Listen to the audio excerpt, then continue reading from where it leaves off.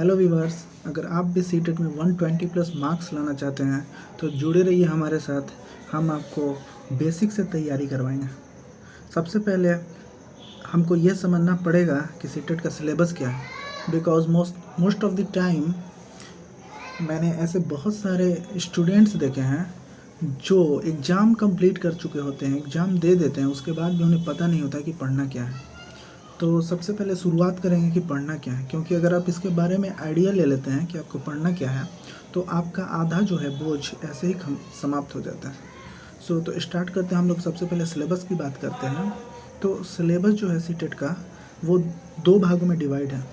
एक तो पेपर 1 होता है। पेपर 1 जो है वो लोग देते हैं जो क्लास 1 to 5 के लिए टीचर बनना चाहते हैं, और पेपर 2 जो है उन लोगों के लिए होता है जो 6 to 8 के लिए टीचर बनना चाहते हैं। तो आज हम सिर्फ पेपर 1 के सिलेबस की चर्चा करेंगे। तो आइए देखते हैं पेपर 1 का सिलेबस क्या है। पेपर 1 जो होता है वो 150 मार्क्स का होता है, जिसमें से चाइल्ड डेवलपमेंट एंड पेडागोजी से आपके 30 मार्क्स के क्वेश्चन पूछे जाएंगे। उसके बाद लैंग्वेज 1 से भी 30 मार्क्स का क्वेश्चन रहेगा। लैंग्वेज 2 से भी 30 मार्क्स का क्वेश्चन रहेगा।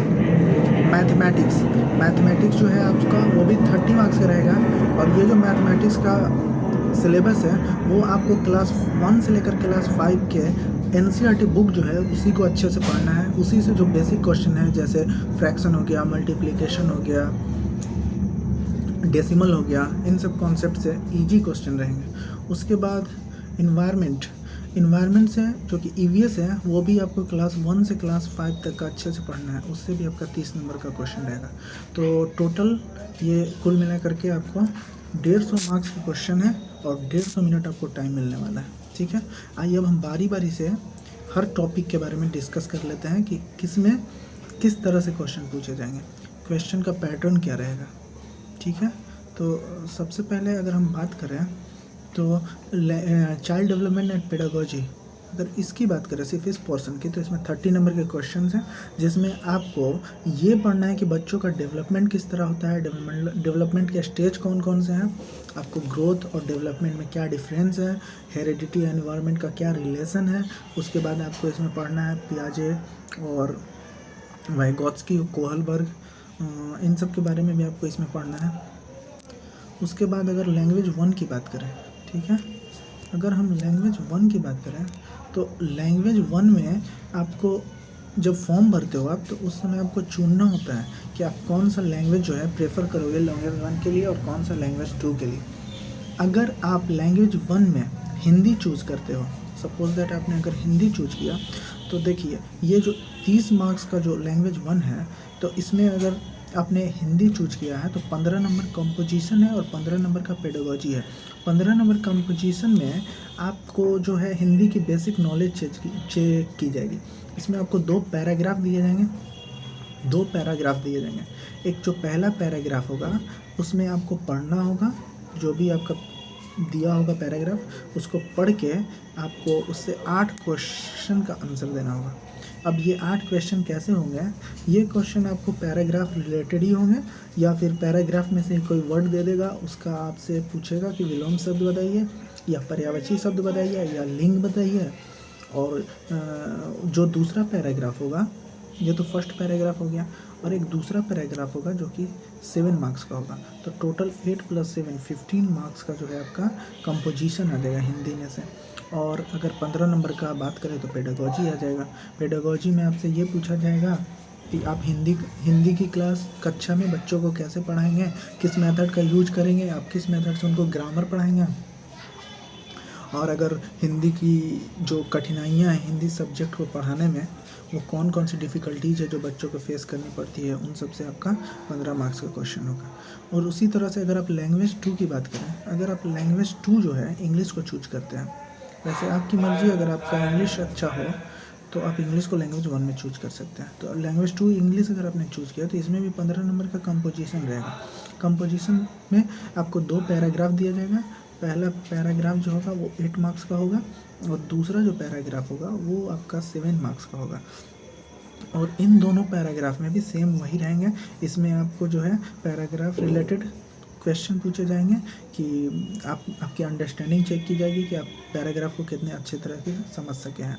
और उसके बाद इसमें भी पैराग्राफ से कोई आपको वर्ड दे दिया जाएगा, उसका सिनोनिम और एंटोनिम पूछा जाएगा। ठीक है, तो 8 ये और 7 ये, तो ये 15 मार्क्स का, और इसमें भी 15 मार्क्स का पेडागोजी होगा कि आप किस तरह से इंग्लिश की क्लास में बच्चों को मोटिवेट कर पाएंगे और किस तरह से इंगेज रख पाएंगे। ठीक है, उसके बाद अगर हम आगे चलें तो आगे हम बात करते हैं ये मैथ्स की। तो मैथ्स जो है वो आपका क्लास जो है 5 तक की जो NCERT की बुक है उसी से आपको मैथ्स पूछे जाएंगे। उसमें भी आपका फ्रैक्शन वगैरह होगा, और ये जो 15 मार्क्स का कंटेंट होगा और 15 मार्क का पेडागोजी होगा।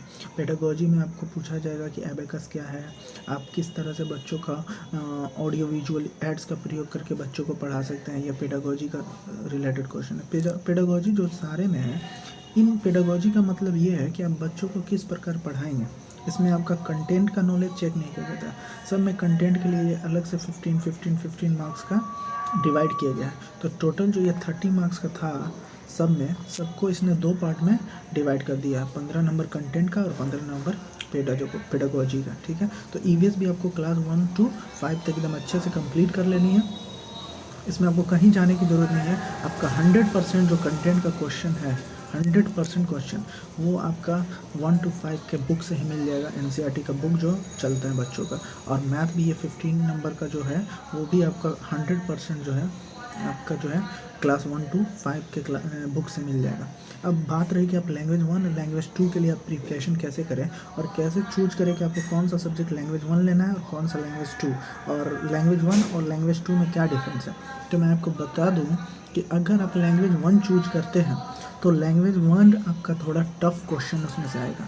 मतलब कि अगर 2 पैराग्राफ इसमें से आते हैं, जैसे कि मैंने बताया था, इसमें आपको जो 15 नंबर का कंपोजिशन है इसमें आपको 2 पैराग्राफ देता है, और इन 2 पैराग्राफ में जो है एक जो है आपका 2 पैराग्राफ में एक आपका 8 मार्क्स का पैराग्राफ होगा और एक आपका जो है 7 मार्क्स का पैराग्राफ होगा। तो जो आपका 8 मार्क्स का पैराग्राफ होगा वो आपका, अगर आप हिंदी चूज करते हैं तो 8 मार्क्स का जो पैराग्राफ होगा वो आपको कोई कविता दे देगा। ठीक है, क्योंकि कविता समझने में थोड़ी प्रॉब्लम होती है, और कविता से ही आपको कविता दे देगा और आपका चेक करेगा कि आपने कितना उस कविता को समझा, और उससे बेसिक आपसे क्वेश्चन निकालेगा, वो क्वेश्चन पूछेगा, और उसी कविता से आपको कुछ विपरीत शब्द और पर्यायवाची शब्द पूछ लिए जाएंगे।